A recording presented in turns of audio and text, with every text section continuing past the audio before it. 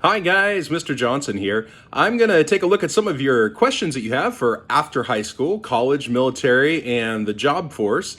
And I'm going to do my best to address some of those questions for you guys and put them together in a YouTube video. I am going to do this all in one cut, so I am bound to make mistakes. I'm going to embarrass myself, but if I get about 35 minutes into this and make a total big mistake, I'm not going to bother editing. We're going to roll with it. So I want to talk to you guys about a couple of things. First thing is I'm going to probably try to spend no more than 40 minutes, maybe a little bit less, talking to you guys about some of your questions and some of the general things that people usually ask about college. And as I mentioned, or I hope I did, don't ever be afraid to ask a question. If you think everybody knows the answer to it except me, so I don't want to ask it out loud, don't be afraid. I guarantee if you have that question, somebody else does too. So let's kind of break down college a little bit. And then what I'll do is we'll kind of break down the military a little bit, we'll break down the workforce a little bit, and then I'll kind of roll through some of the questions. Now, if you ask questions about taxes and things like that, I do appreciate those questions, and we are going to hit on those a little bit later.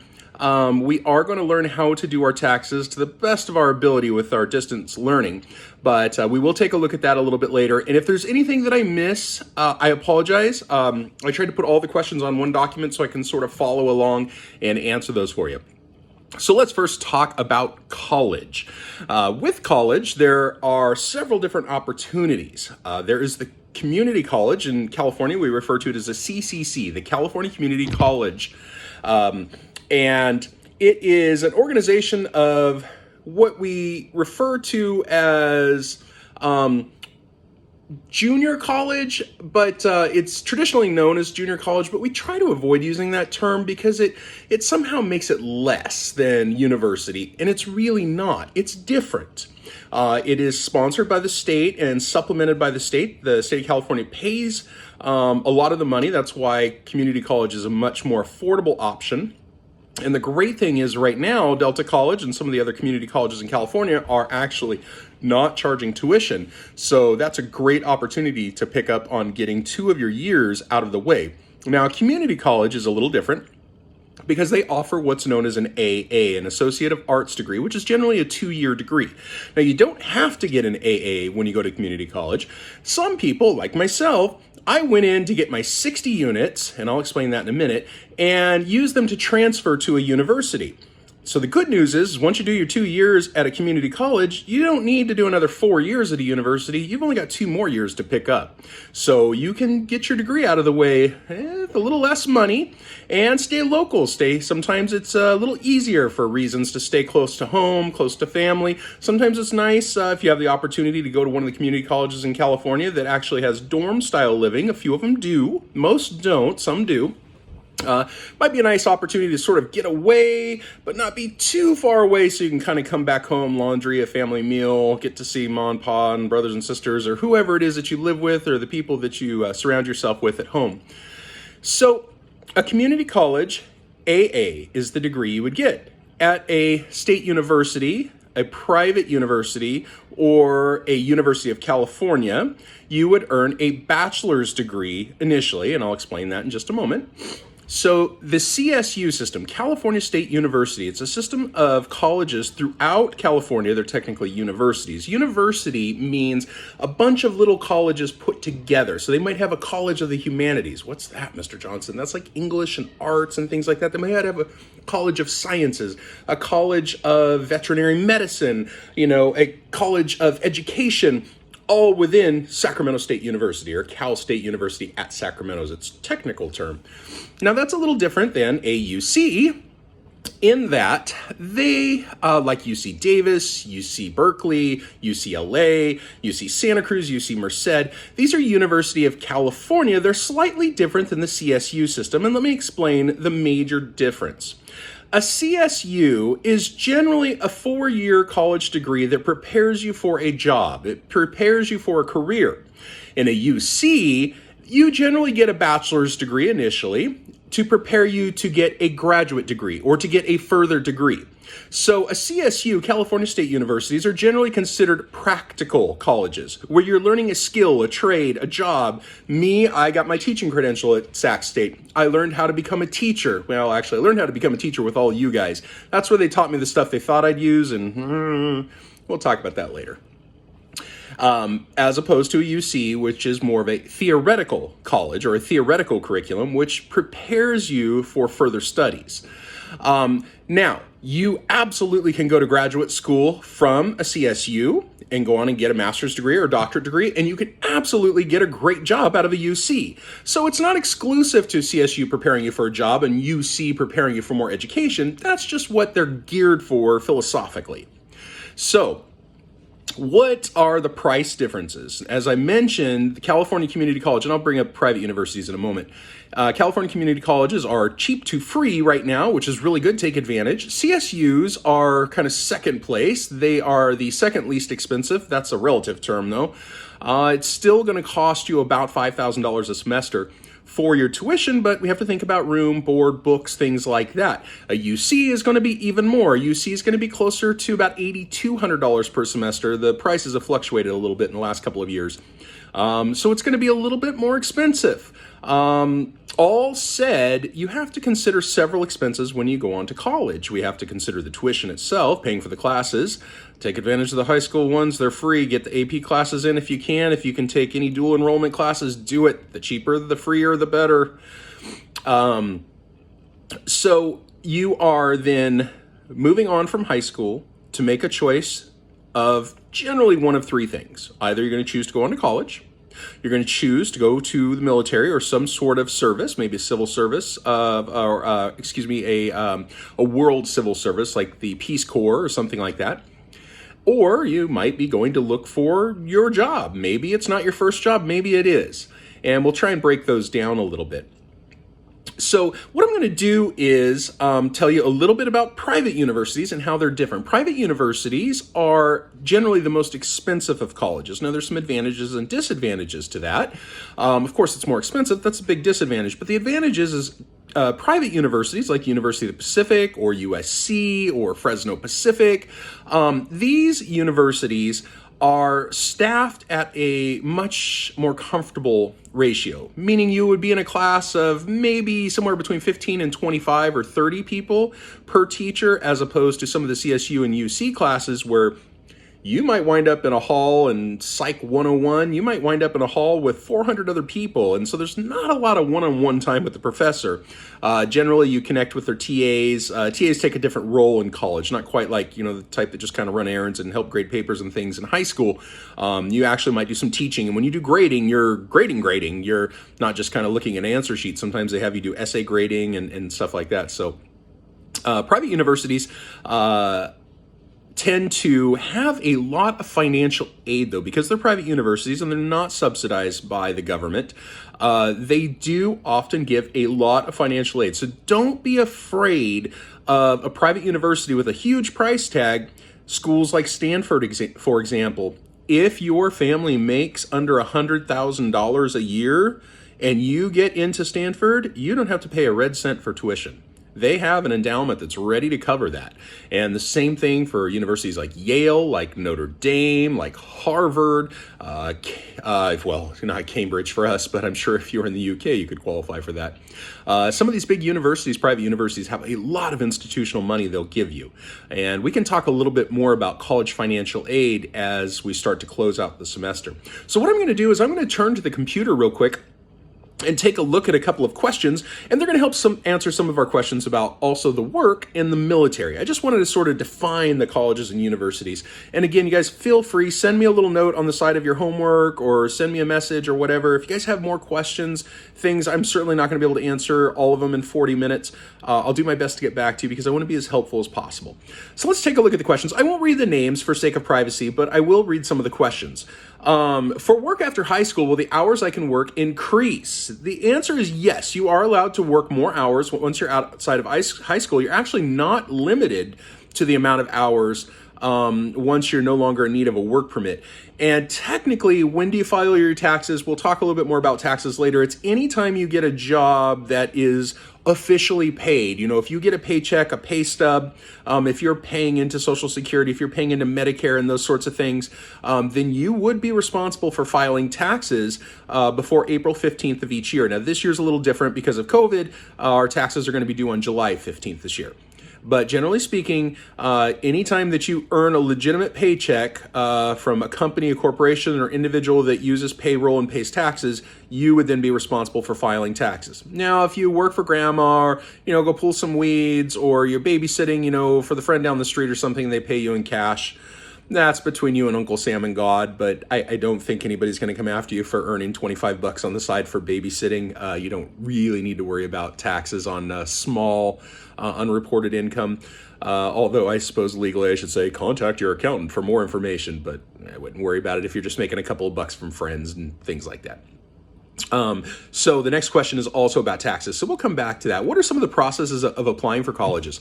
The process has changed, and I've got to imagine it's going to change even more with COVID-19. But generally what happens is college application, they will start to accept applications in October. And some of the college applications will close at the end of October, most at the end of November, and some private colleges have what's called rolling admissions or rolling acceptances, where you can apply anytime. Some online schools and things like that, National University, University of Phoenix, things like that, you can generally sign up whenever you want. And take those classes because they tend to be more virtual, sort of what we've been doing, a little more advanced, a little more organized, and certainly they have more experience doing it. And so we're hoping to learn from them too, so that we can bring you guys the best curriculum we can. So the next question is, is it a strict process? And it is. They have very firm deadlines because they have a lot of people that, are vying for those spots. So make sure you get all of your paperwork in, find out if you need to have a letter of recommendation. If you need to have a letter of recommendation for your application, and a lot of universities have done away with those. But if you do need one, make sure you reach out to somebody that you know in the academic world at your high school, maybe a church friend or leader, maybe somebody in, some sort of organization you belong to. Find somebody that's had some experience with you, maybe has had some experience with the college process. It doesn't mean they need to be a PhD. Maybe they went to community college for a semester or two. Having an idea of what those expectations are going to be in college and how to incorporate that into your strengths as an individual. So make sure you get those to the person you need them. Try to get them about 6 weeks before you need them. I know sometimes that's really hard when deadlines start hitting hard, but one of the things that is really difficult for teachers and administrators is when you give them a letter of recommendation, say, hey, I need this tomorrow. Because you have to remember, it's like writing an essay for us. And while, we've done one or two of those in our lives as teachers, it still is, it's a little bit of a task, and it's not a very simple thing. We want to make it very unique to you, and we want to give a lot of information in there that's really going to sell you. So make sure you give your person a lot of time. As I recommended before, the other question about community college, I went to community college first, into university. I know somebody else is going to ask later. I saw the question earlier when I was looking at them. Why do some people choose to go directly to a four-year college instead of community college first to save money? And, I think a lot of it has to do with, social, psychological things. I think as a student, some people just are ready. They're ready to get up and get away and try something new. And, and allergies. I'm in the house too. I'm going to be really embarrassed if that little allergy ball was hanging there the whole time you guys were watching, but this is real. So, some people choose to go to a four-year university because they're looking for the university lifestyle. They're, looking to live off campus, to sort of stretch their wings. And it is kind of a nice transition into adulthood because generally, if you're on a college campus and you're staying in a dorm or, a college apartment or something like that, it's pretty structured, pretty sheltered. There's security, there's measures to kind of help make sure you've got your stuff. There's dining commons or dining halls on campus and things like that. So it's really kind of one-stop shop. You can pretty much take care of things. It's sometimes a really nice transition because it can be a shock. Some of you are going to go from high school to I'm on my own. I live on my own now for whatever reasons, in your life, your family, your situation. Some of you are going to find yourself there, and it can be a challenge. but utilize some of the stuff that we're going to talk about in econ in these few short days and use it to make a budget and things like that. We're going to talk about how to make a budget and how to really survive after high school, because it's not easy, but you've made it this far, I can tell you that, which is more than you can say for a lot of people who haven't made it to their 11th grade going into 12th grade year. So right now, you're already ahead of the game. You've made it this far, so you'll make it the rest of the way. Let's take a look. In college, after you finish your 4 years of general education, you wish to higher your degree. Does it take one additional year for each additional degree? That's a good question. After the bachelor's degree, there are some professional licenses like an RN licensure or myself a teaching credential and things like that you can get without getting any further degrees, but it's a licensure that you get from a university. However, the next degree after a BA, Bachelor of Arts, first is AA, you generally get in a community college, then a Bachelor of Arts, you'd get at a university. The next degree is a Master of Arts. What does that mean, Master of Arts? Well, let's go back to AA. AA means that you have a strong understanding of the material. And BA means that you have a firm command of the curriculum and that you are able to share that information with others. A master's degree means that you are a master of that curriculum or that subject, whether it's art or English, that you are one of an elite group that knows that information. I don't know how elite people are with master's degree, but that's kind of what it means. And a doctorate, a PhD, or there are other doctorates too. You can get an MD, a medical doctorate, a JRD, a Juris Doctorate if you want to become a lawyer, a PharmD if you want to become a pharmacist. There are lots of different doctors. We tend to always think of MD or PhD, a Doctor of Philosophy, and you can get a Doctor of Philosophy in economics, civil engineering, education. You can get it in just about anything. It's really, a very philosophical degree. And when you have a doctorate, you are a world-renowned expert. You are one of few people that knows just about everything about your subject. That's a tough one to get to. And a master's degree generally takes about 2 years, 2 to 3 years after a bachelor's degree. And a doctorate generally takes 4 years after your bachelor's degree. You do not always have to get a master's to get a doctorate. And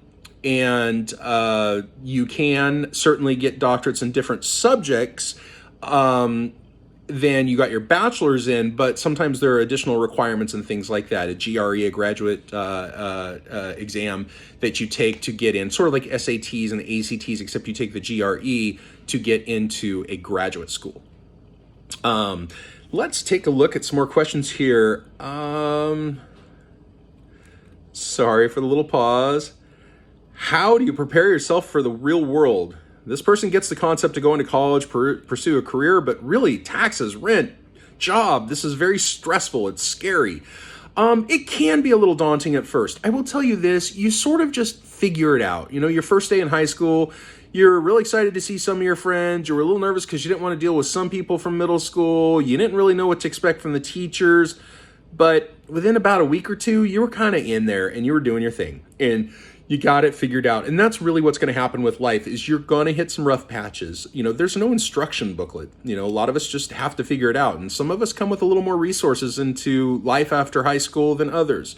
Some of you have a little bit of money, have a car, have a job lined up, and some folks don't have any of that. And so we really just have to lean on who we know, who we trust, what we've learned, and what our goals are in life, and really how to move forward. Let's take a look at how well would financial literacy and extensive knowledge of finances, taxes, and money management help me as an adult? We're going to talk about that a little bit later with money management. We're going to actually take a look at some ways to invest, some ways to save, how to do your taxes, and things like that. We'll do our best to squeeze it in. And I think that should help answer some of that. How do I narrow down some of my options for what I want to major in college? Find myself interested in a lot of things, engineering, psychology, business. I'm anxious because it seems like everybody else knows exactly what they're going to want to do. Here's the good news. Don't fret. Don't worry about it It's going to happen. You will figure it out. One of the great things about a college or university, any education, and an AA really takes community college takes an approach like this, where they introduce you to a broad range of things in your general education. It's a little different than your general education. It's not like you have to take English every year. You don't have to take history every year. You get a wide variety of choices you get to choose from, and you get a lot more electives to choose from to fill out your degree. There are the basics. Of course, they're going to want you to take some sort of math, some sort of history, some sort of, some of these basic classes. And then you're going to take your major classes, whatever it is you're interested in. If it's education, if it's engineering, if it's computer science, if it's whatever, you're going to take those sort of classes. And then they make you take a few others. They want you to explore. And really, the world is in your hands, because if you want to go take a baseball conditioning class, a bowling class, if you want to learn how to broadcast on television or the radio, if you want to learn about ethnic studies, if you want to focus in on Japanese literature, you could do any of those things. And you might find, like I read one of you earlier said that you really enjoyed some of the information from government. It really kind of changed your mind about a path. And I think college can do that for you too. Give you an opportunity to explore other arenas so that you can make an informed decision. And listen, there are times where people will go all the way through the process with their bachelor's degree and still not know what they want to do. And that's okay, because you took the first big steps. Something will fall in line. You will meet somebody, you will run into an opportunity, you'll have the experience of helping out or volunteering somewhere or talking to someone, and you're going to go, that's what I want to do. That's what I want to do. And you know what? With that bachelor's degree under your arm, it's going to open up a lot of doors for you. Let's take a look at what else we have here. Is college worth it? That's a very fair question. There are a lot of people that are asking, is it worth the potential debt? Because it's true. If you can't get enough financial aid and you don't have enough saved up, you may have to go to borrowing money, student loans. The good news is the interest rate on student loans are relatively cheap, all things considered. It's going to be cheaper than most other loans. And it's a reasonable payback period. You can stretch it out to 30 years if you want. Mr. Johnson has done that.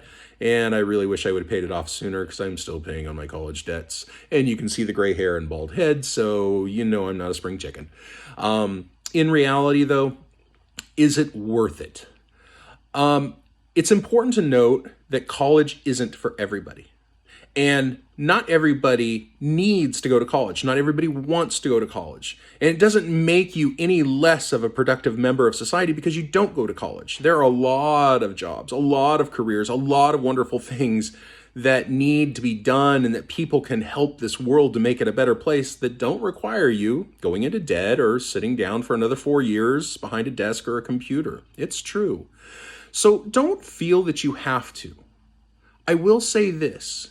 If you have a spark in you that thinks, that's something I think I want to do, and you want to try to push for something that's maybe just a bigger challenge than you've done before, and you have a desire to move forward and to learn more, that's one of the things I think I figured about college is, we learn a lot of things, but I suppose you could just really read that in a book or pick up some sort of journal or magazine or whatever, and there's probably a lot of things you could just learn on your own. But I learned that it's the conversation with other people who have similar interests as you. I think it's the conversations with the professors. I think it's the atmosphere of college itself, just sort of summer camp that's really expensive and you have homework. I think a lot of those things play a factor in opening up your world a little bit. I've considered myself fairly worldly, in a good way, not a bad way. I guess it has a bad connotation too, but I've been able to travel a little bit, and I thought that my mind was really open, and I found that, the more education I got, the more it opened my eyes. It didn't change my mind, it didn't brainwash me, but it just sort of opened up the doors a little bit wider so I could see what I couldn't see before. And I think that helps me to make informed decisions, and I think it helps me to be, a better member of society. Lord knows I can do a lot better job than I do, but I think it helps me. And so I think it can help you. Certainly if you want a career or a job that requires a college education, then, well, you've kind of answered your own question. But it is a very fair question. And I think the answer is no, you don't have to go to college. And no, it's not going to make you any less of a person. but it has positives too. And I would like to encourage you to give it a shot if it's something that you think that you might be interested in doing. I plan on going into a career in animation, 2D animation. I wouldn't mind leaning on 3D animation too, and have plans to go college or university, but not sure. So there's also some questions about bills and taxes, which we'll get to later. The great news is Northern California in general is a great place for animation.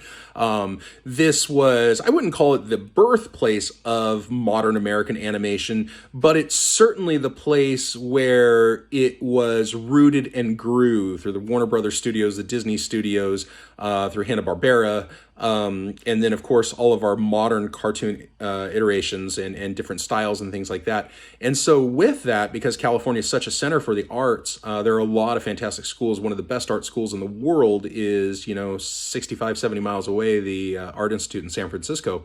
And a lot of the CSUs also offer art degrees, animation degrees, and things like that. So you don't necessarily need to go to a specialized art school. In fact, I've been told, I don't know this from personal experience, but I've been told that Sac State has a really great art department. So recommend reaching out to some of your art teachers on your campuses too, if we get back one of these days, because they'll have a really good lead on that because they've been in the trenches. After high school, I've narrowed this is the one I was talking about earlier. This person was interested in cosmetology at first, but has kind of been giving some thought to government. And it can be really exciting, and there's so many different avenues in government. Remember, government doesn't mean you need to be this powdered wig person sitting in a chair gaveling some hammer or some gavel on a desk and shouting and barking at people. Government's so much more than that. You can work in government, shoot at the local level or the state level, or of course the federal level, whether it's being a city council person, maybe a school board member, getting involved that way. But there are other ways too, working for organizations that support people's rights, that support things that they're fighting for. You can go into, if you're interested, here's a great way to sort of mix law and government, which two go together, of course, is immigration law. If you feel strongly about that one way or the other, you can work in a lot of different areas in government. And it doesn't just have to be an elected official. It can be a lot of things, and you can make really big impact on your community. How much do I have to make before I pay taxes? So whenever you've got a paycheck, an official paycheck, then you would be expected to do taxes. Generally speaking, if you make less than $10,000, you're going to get every penny of it back. So don't worry about it, but it is something you should get done. If you did make some money this year, or I should say in 2019, at any point before January 1st, then you will need to file taxes, and it's going to be due on July 15th. Now, the good news for you is you can use one of the online programs like TurboTax or something, and usually they do them for free, or you can do them for free. And your easy 1040 easy form is a very simple form. It's one page. It's relatively easy, and we'll walk through that later. What would be a good credit card? We're going to talk about that a little bit later. Is it true systemic racism plays a major role in the military as they scout high schoolers? Man, that is a really good question. I know we haven't had a chance to talk about military too much yet. I'll just say briefly, we know there are 5 major services, and then there are different branches within them, the Army, the Navy, the Marines, the Air Force, and the Coast Guard. Now, of course, you can serve in the National Guard through the Army, which is, they're responsible for defending our country, our land specifically, as opposed to an offensive army that might go somewhere else and fight.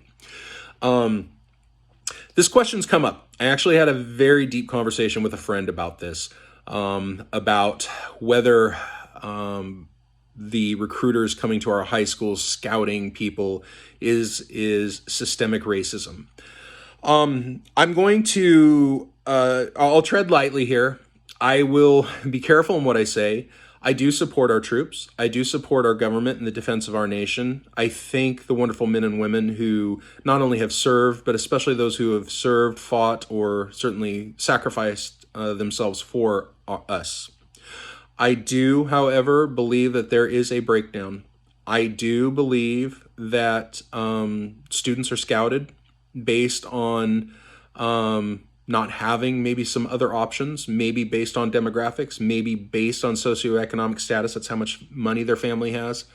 I do believe, I don't believe that the armed services necessarily go after all varieties of students. They don't always try hard to reach out to certain individuals, maybe AP students and things like that. And it does seem that they sometimes target people based on the demographics of what they're looking for. And I do have some concerns. I haven't formed a strong enough opinion and put all of my thoughts together to be able to truly answer that the way I feel I should, and that this question is the honor it's due.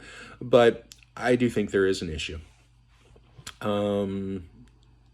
Let's see. Let's go down here.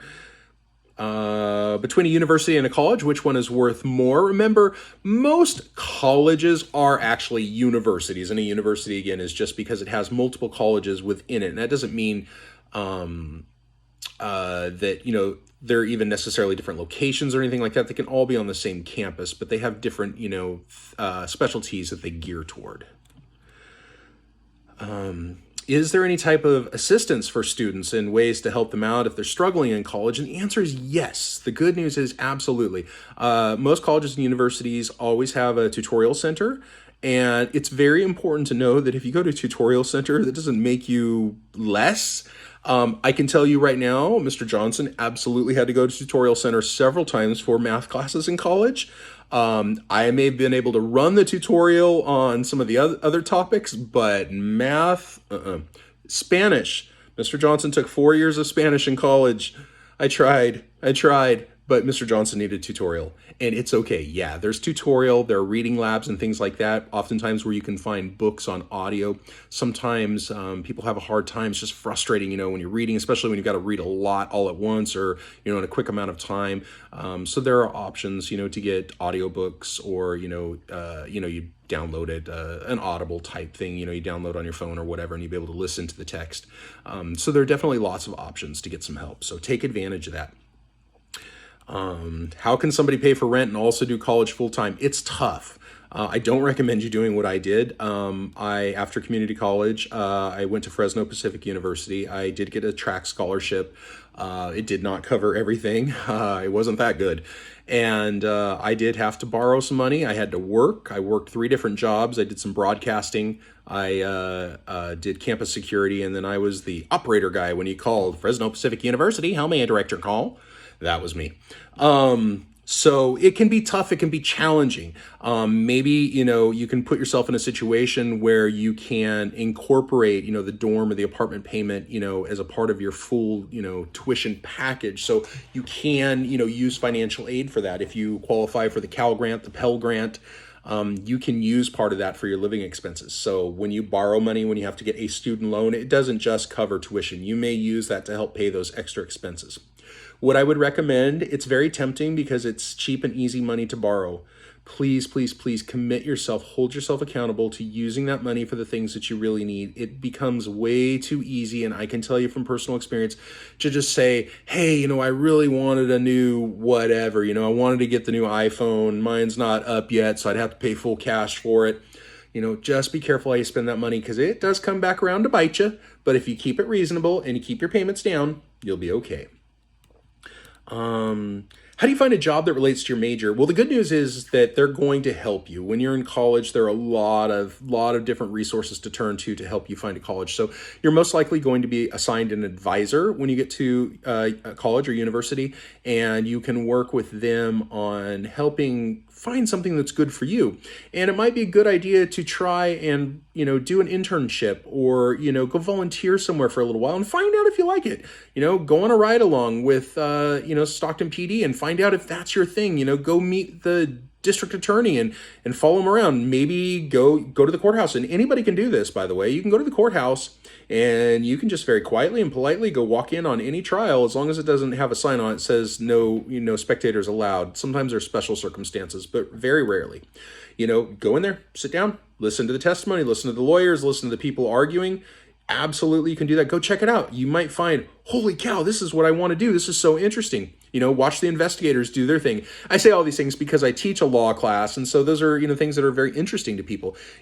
Follow your favorite teacher around for a day. Say, hey, what can I do? What can I help? Of course, when things get back to normal, see if you can work something out, or a coach, maybe shadow a coach, shadow a doctor, shadow an engineer, go into a computer scientist, go to not DreamWorks, I'm sorry, goodness gracious, Pixar in Emeryville near San Francisco. See if you can shadow somebody and go see what do they do at the Pixar studio. Go find out these things, go explore, go volunteer, go do internships, be willing to jump out and try different things, because you never know. You might really, really like something that you had no idea anything about before. If I'm going to community college and later transferring, do my standardized tests such as ACT and SAT from high school still matter? They do not. If you go to a community college and you get 60 transferable units, each class is approximately 3 units for the most part, just so you know. And what 3 units means is that you'll spend 3 hours in class, usually like Monday from 11 to noon, Wednesday 11 to noon, Friday 11 to noon. That's 3 hours a week. It's considered a 3-unit class. You need to get 60 units. And if you do that and transfer to a CSU, UC, or a private school, they won't ask for your ACT, SAT scores. They won't ask for your grades from high school. You will have sort of reproven yourself. You sort of set out on a new trail there. After high school, will I be able to study how to make music at a class at Delta? Yes, yes, yes. That's the super cool thing about community college. It's not just for people to get their start in life. It's for old farts like me too, who are interested in, like I took a German class. I was like, it'd be kind of cool. My wife and I went to Germany and Switzerland and we had a really good time. I was like, that'd be kind of fun. And so I took a semester class just for fun. I really, really love one of these days. I love music so much, but I don't know how to read music. I'm 45 years old. I never learned how to read music. And that's something that I want to do. I want to go back and learn how to read music. And yes, yes, yes, you absolutely can go back. Go take fun classes. Don't take boring, crappy classes. When you're done with all your school, go back and only take super fun ones that are interesting to you, that you want to learn. You want to learn how to fix your own car and not pay somebody $5 bazillion? Go back and take a couple auto classes. I really wish I would have. In adult life, how do you know whether or not the money you're putting in, like programs or healthcare, is a scam or not? Don't be afraid to ask people you trust. Ask teachers, ask employers, ask people to make sure that you're investing in something that's safe. Is tuition the most expensive part? Yes, it is. Books can be very expensive. It's ridiculous because we've been so spoiled, right? I'm not in high school anymore, but I was in high school and before, we never had to pay for them. I just borrowed them and gave them back, usually, and not pay for them. So yeah, you got to pay for them. They get a little pricey. You find out how much those books really are and why the librarian's always on you about getting them back in. Let's see. Also, how many class periods are there? So that's up to you. So yeah, at McNair, you have a block schedule, 4 classes. At Bear Creek, we have, 6 periods a day. You can set it up any way you want. That's the really cool thing. You're really just looking to get about an average of 15 units per semester. So 5 classes. You might want to take all your classes on Monday, Wednesday, Friday, and not have any classes on Tuesday, Thursday. And you can do that. You can do them all on Tuesday, Thursday, although that'd be a little tough to fit 5 classes in on Tuesday, Thursday, because they're an hour and a half instead of 1 hour, because you meet twice a week instead of 3 times a week. But you can absolutely do it. If you want to do all night classes and have your days off, if you're, like me, I'm not an early morning person. That's why you get your lessons late at night. So I don't have to get up at 6 o'clock in the morning and push them out to you guys. If just depending on who you are and how you work, you can absolutely set your schedule accordingly. This person plans on playing D1 football, has had some looks from some Ivy League schools and some local universities too. Wants to major in computer science. Would it be harder at Yale than it would Fresno State? Here's the thing. I think it'd be a safe bet to say that a computer science major at Yale would probably be more difficult than Fresno State. It doesn't make it any more complete or the one at Fresno State any less valuable. I think it's probably just the traditional toughness, for lack of a better class, just the rigor that, Yale is known for. I think that, the accountability might be a little different, but I guarantee that if you get a computer science degree from Fresno State, you're going to be in really good shape. You'll be okay. Don't worry about that at all. How old do I have to be to start paying taxes? Again, remember that one is based more on your paycheck itself. Should I go to a community college first before I transfer to university? It depends on what you're looking for. Again, there are a couple of community colleges that have dorms and things like that. I'm almost hit my 40 minutes, so I'm going to go over just a smidge. I plan on being a police officer when I turn 21. Should I go to the military or college? It's completely up to you. It definitely does help when you have a background. Maybe you were military, if you were an MP, military police, or if you got some college education out of the way. Should you major in psychology or criminal justice? Those are all very good questions. If you are looking to advance, if going beyond sort of patrol duty, that sort of thing, if you have desires to move up in law enforcement department, I would say that yes, more education is better. I don't think that you always have to do that before you go into the police academy and before you get hired on with a PD department, sheriff's department, or whatever, LEO, law enforcement officer operation. You don't necessarily have to. In fact, I know a lot of peace officers, as they're also known, LEOs, personally, and I found that a lot of them went back to school after they got their job. It can be a little tough, especially when you're younger. When you're a younger cop, they tend to like to get in, some extra time, especially if you don't have a family or, you haven't had kids yet or anything like that. You might find yourself trying to pick up a lot of overtime because, of course, you're going to make a smaller salary than somebody who's been in the department for 15 or 20 years. So you have to kind of compensate a little bit by some OT. So it's kind of up to you when you want to start to hit the academics. So long story short, if being in law enforcement is something that's important to you, sometimes it is nice to jump in early and to get a start. If you get hired by the department ahead of time, often they will pay for you to go through the academy. On the flip side, there's probably a great deal of value of having somebody apply for the police force who has a little bit more world experience, who's been out there, who's been in the military, who's gone to college, who's kind of had a wider world view. I can definitely see a lot of value in that. So short answer, no, you don't have to. Yes, you can. Would it help you advance? Yes. Can you start after you get your job? Yes. What's better? We kind of talked about that a little bit. How are payments for college actually carried out? Like, how do you pay them? It kind of depends on your college or university. Usually they're going to set up a payment schedule for you. I mean, you can just pay it all at once. If you have that ability, God bless you. If not, what they'll do is they usually do like once a quarter, you have to make a payment. So if you owe, I don't know, $10,000, then it's going to be $2,500 per quarter that you would have to make a payment. If you get accepted to go to UC, but also get a full ride scholarship for the military, how does that work? Like, would you go to college for the major and then go to the military for that major? Okay, so oftentimes there are specials, especially for some of our students. There are opportunities to get college paid for through the military. They do not normally force any particular major on you. You can choose. Generally, you'll want to find something similar in the military that you did with your college degree or vice versa, so that it's a little cohesive and it makes sense. But absolutely, you can take advantage. There are a couple of different things you can do. You can go into a military school or academy.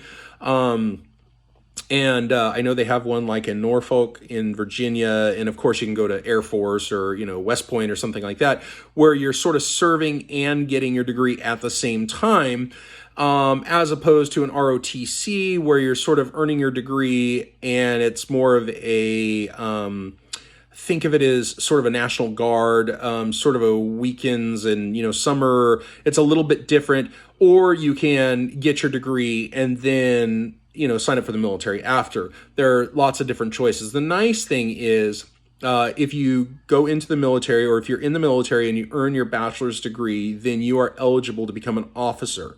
So let's take the Navy, for example. If you were in the Navy and you had a bachelor's degree, you would be eligible to become a second lieutenant, which would make you a commissioned officer, which is pretty cool.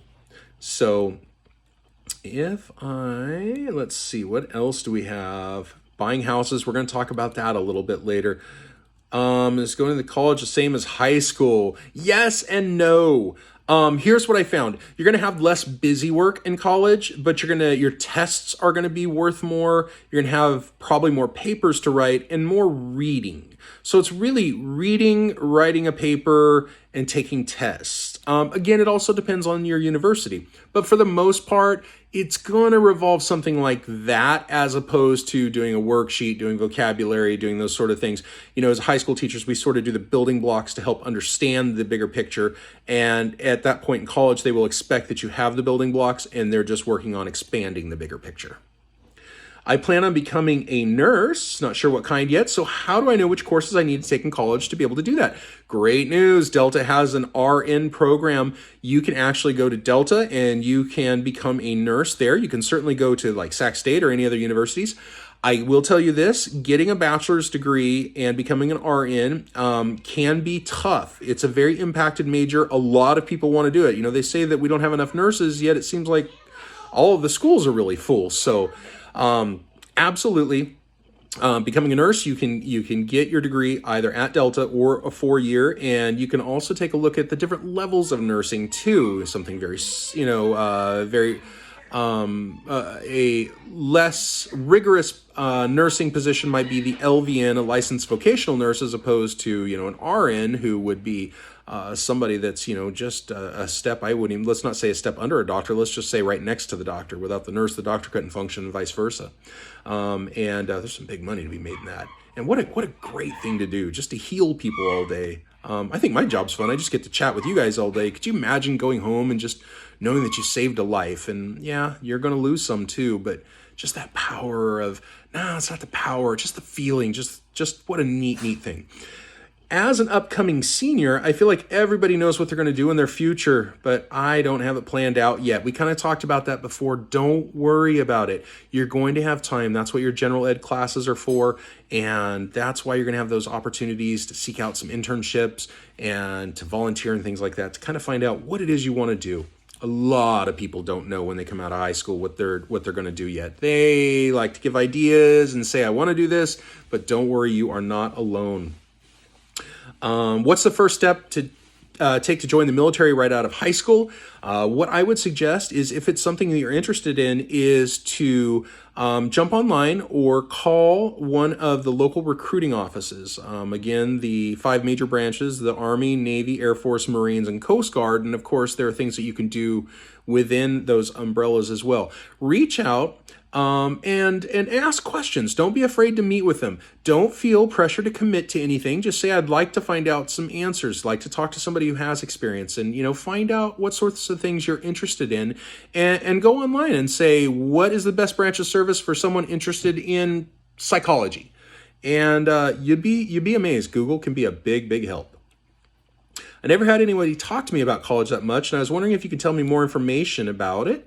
I do plan on going, but at the moment, I don't know what I would major in. And again, you can apply for college without declaring a major. You can go in undeclared. Now, some colleges and universities, let's take Cal Poly San Luis Obispo. It's a very difficult Cal State to get into, the most difficult of the CSUs to get into. And a lot of times they do make you choose a major. And so you can't just say undeclared. You have to let them know what you're coming in to do. But a lot of colleges and universities, you can apply undeclared. Say, I don't know what I want to do yet. That's why I'm going here, is to figure it out.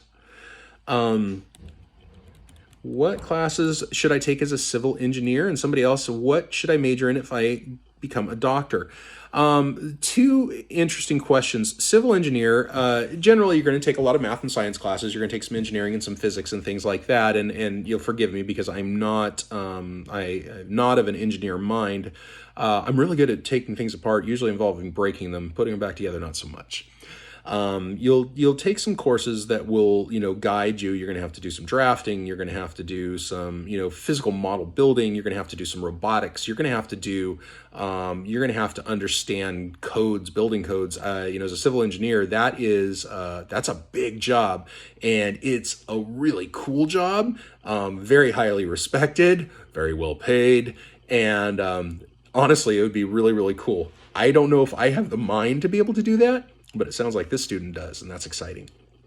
And medical. If you want to become a doctor, there's this sort of wives' tale that you have to major in biology or you have to major in chemistry in college to go on to graduate school, your 4 more years to get your doctorate, in this case, medical doctorate.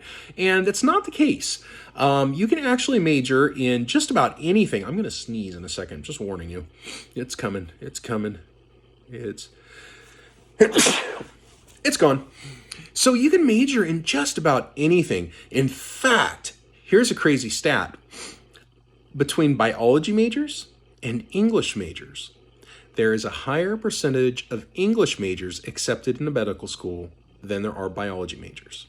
Now that sounds really silly. You're like, why would that be? Now granted, there might only be 3 English majors that apply for medical school and all 3 get in. You get 10 people with biology majors and they want to get in and 7 of them get in. It's still great, but 70% versus 100%. So the statistic's a little misleading. However, you can major in communications, in English, in engineering, and psychology. You can major in any of those things as long as you take your prerequisite classes to get into medical school.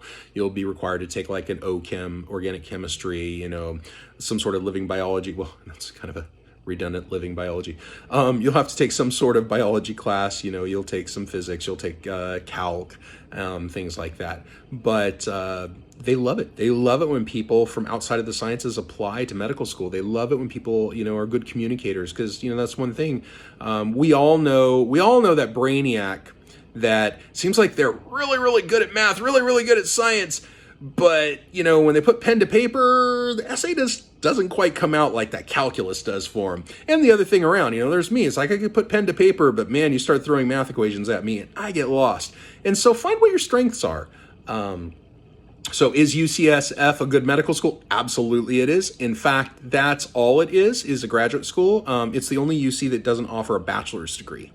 Is UC Davis a good school if you want to become a doctor? Absolutely. Their undergrad program is stellar. It's excellent. And their graduate program, their doctorate program, their veterinary program, they're all incredible. Really, really cool thing. You can actually get on track at Delta.